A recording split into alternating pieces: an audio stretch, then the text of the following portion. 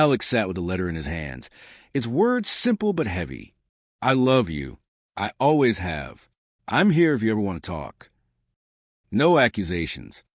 No demands.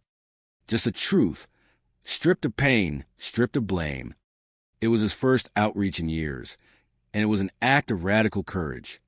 Because healing after alienation was not about dramatic reunions or tearful embraces.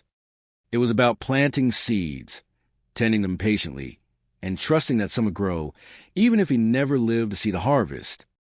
The first step was the hardest.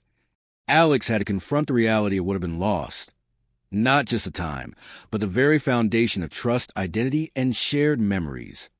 He realized his child hadn't simply drifted away. Their memories had been rewritten. Their loyalty had been redirected. Their ability to trust had been shattered. Both he and his child carried deep emotional scars. Pretending otherwise would only delay true healing. Healing after parental alienation is neither easy nor guaranteed, but it is possible. Alienation fractures more than just a relationship between parent and child. It shatters trust, distorts memories, and rewrites love into fear and resentment. Repairing this damage requires more than apologies or explanations. It demands patience, compassion, and an unwavering commitment to the truth. Whether the victim of alienation is a young child, a teenager, or an adult estranged for decades, the path to healing begins with understanding that the bond was not broken by natural distance. It was deliberately severed. Restoring what was lost will not happen overnight. But with time, courage, and careful steps, bridges once burned can be rebuilt stronger than before. Key message: healing begins with fully recognizing what alienation has done, to you, to your child, and to the relationship. Main points: alienation damages trust, identity, and memory. Both the targeted parent and the child, even if now an adult, carry deep emotional scars. Healing requires addressing the pain, not ignoring it. One, let go of the fantasy of immediate reconciliation. Healing will likely be slow, uneven, and painful. Set realistic expectations. Progress may happen in small moments, not dramatic reunions. Heal your own wounds first. Therapy, support groups, journaling, spiritual work. Strengthen yourself emotionally before you reach out to reconnect. A wounded parent cannot heal a wounded child without stabilizing themselves first. Start small and non-threatening. A simple card, text, email, or neutral social media message. Avoid deep emotional conversations at first. Focus on gentle, safe reentry into their life. Express unconditional love, not blame. Messages like, I love you and I'm always here for you are powerful. Avoid rehashing the past or criticizing the alienating parent. Accept where they are. They may respond with anger, confusion, or silence. Stay patient. The child/adult must heal at their own pace. Create new, positive memories, if possible. Invite them to small activities without pressure. Focus on shared experiences: coffee, a walk, a movie, rather than emotional, heavy talks right away. Be consistent and reliable. Always show up. Even small follow-throughs rebuild trust. Let your actions, not just words, prove your love. Respect boundaries. If they pull back, do not push harder. Respect their space while keeping the door open. Accept and grieve. Forced reconciliation will only cause further harm. Grieve the loss honestly, and leave the door open in case they return later in life. Continue living fully. Healing is also about moving forward with your own life, building happiness and stability regardless of the child's decisions. Maintain hope quietly. Many adult children of alienation reconnect with the targeted parent years, even decades later, once they recognize the truth on their own. Healing may not look the way you imagine, but any movement toward truth, love, and trust is a victory. Your persistence, patience, and unconditional love plant seeds that can one day grow into reconciliation. Healing after alienation is an act of courage, one that demands patience, grace, and an open heart in the face of old wounds. You may not be able to erase the years lost or the pain inflicted, but you can offer a new beginning, a bond built not on guilt or blame, but on genuine love and trust. Whether that healing happens today, tomorrow, or years down the road, know this: the seeds you plant in love are never wasted.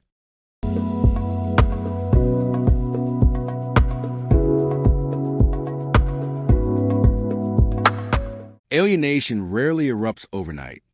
It grows quietly, often unnoticed, under specific conditions that enable the alienating parent to slowly erode the child's relationship with the targeted parent. Certain custody arrangements, emotional vulnerabilities, and communication patterns create fertile ground for alienation tactics to take root and thrive.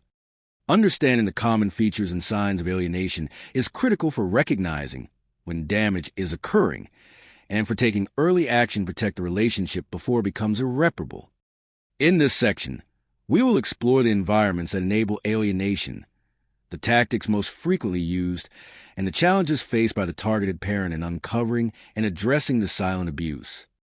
Alienation thrives under specific conditions, many of which arise naturally from common custody arrangements after divorce or separation. When one parent holds a majority of the custodial time, the risk of alienation increases significantly. The parent who spends more time with the child has greater access to influence their thoughts, feelings, and perceptions, often without immediate oversight. Custody statistics reveal the risk. Research shows that only 22% of fathers see their children more than once per week post-divorce. This imbalance of time can inadvertently create an opportunity for the custodial parent to subtly or overtly undermine the relationship between the child and the non-custodial parent. Experts classify alienation tactics into two major types: overt alienation, loud, direct, and specific statements made against the targeted parent, such as openly criticizing, blaming, or ridiculing the parent in the presence of the child. Covert alienation, subtle, subliminal messaging, such as disparaging remarks made in casual conversation with others but within earshot of the child, or nonverbal signals like eye-rolling, sighs, or facial expressions of disdain when the targeted parent is mentioned. Both methods are equally damaging. Covert tactics are particularly dangerous because they are harder to identify and easier for the alienating parent to deny. Alienating behaviors often include placing burdens on the child or young adult. The child is made to feel responsible for the alienating parent's emotional well-being, fostering guilt toward the targeted parent. Instilling false beliefs about harm. The alienator suggests, falsely, that the targeted parent is unsafe, irresponsible, or uncaring. Lecturing about inappropriate topics. Children are exposed to adult conflicts, legal battles, or personal grievances that they are not emotionally equipped to handle. Manipulating loyalty and secrets. The alienator asks the child to keep secrets from the targeted parent, creating an artificial loyalty bond rooted in deceit. Straight lies and historical revisions. Past events are twisted or fabricated entirely to paint the targeted parent in a negative light. One of the greatest challenges for the targeted parent is recognizing and addressing alienation when custodial time is limited. With fewer interactions, it becomes harder to detect subtle shifts in the child's attitudes or feelings. The targeted parent must walk a delicate line. Avoid becoming the aggressor themselves. Gently create a safe space for the child to express themselves.